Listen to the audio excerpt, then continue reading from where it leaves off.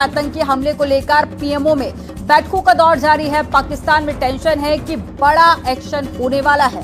उसके बाद बात करेंगे कांग्रेस ने जहां राफेल को लेकर सेना का अपमान किया है, जिस पर बीजेपी ने करारा पलटवार भी किया है। और फिर आपको बताएंगे लखनऊ में हुई धर्म संसद पर समाजवादी पार्टी और मौलाना बरेलवी के निशाना साधा है, वो भी आपको दिखाएंगे। साथ ही बात होगी योगी सरकार के बड़े ऐलान की।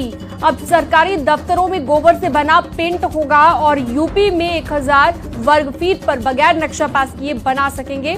देखते हैं खबरें विस्तार के साथ।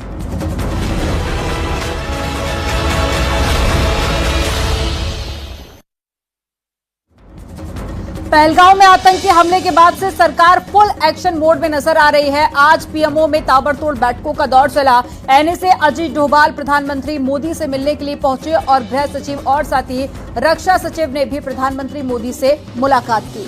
उच्च स्तरीय बैठकों के जरिए जमीनी हालात को लेकर चर्चा की गई। पाकिस्तान से तनाव के बीच राज्यों के निर्देश को लेकर एक बड़ी खबर आई है। गृह मंत्रालय ने कुछ राज्यों को निर्देश दिए हैं।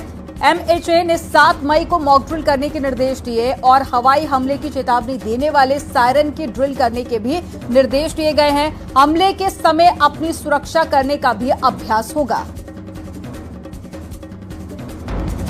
तो पहलगाम में आतंकी हमले के बाद से लगातार विपक्ष की ओर से बयानबाजी जारी है। वहीं रक्षा मंत्री राजनाथ सिंह ने साफ लफ्जों में कह दिया कि देश की तरफ आंख उठाकर देखने वालों को मुंहतोड़ जवाब दिया जाएगा। और केंद्रीय रक्षा मंत्री के रूप में मेरा दायित्व है कि मैं अपने सैनिकों के साथ मिलकर देश की सीमाओं की सुरक्षा सुनिश्चित करूं और मेरा यह दायित्व है कि अपनी सेना के साथ मिलकर देश के ऊपर आंख उठाने वालों को मुंहतोड़ जवाब दूं। हाई लेवल के डिप्लोमेट्स को वापस किया गया है। समस्त वीजाएं समाप्त हो गई हैं और इसके अलावा सभी पाक नेशन को वापस जाने को कहा गया है। ये स्टेप 1 है।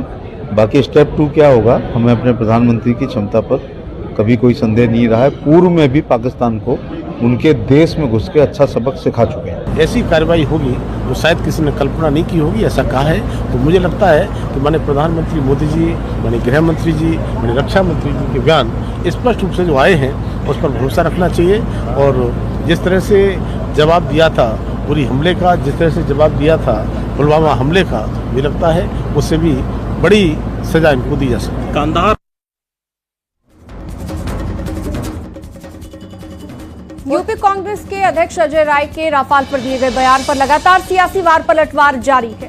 अजय राय ने राफेल पर पहले तंज कसा और अब सफाई देकर कहा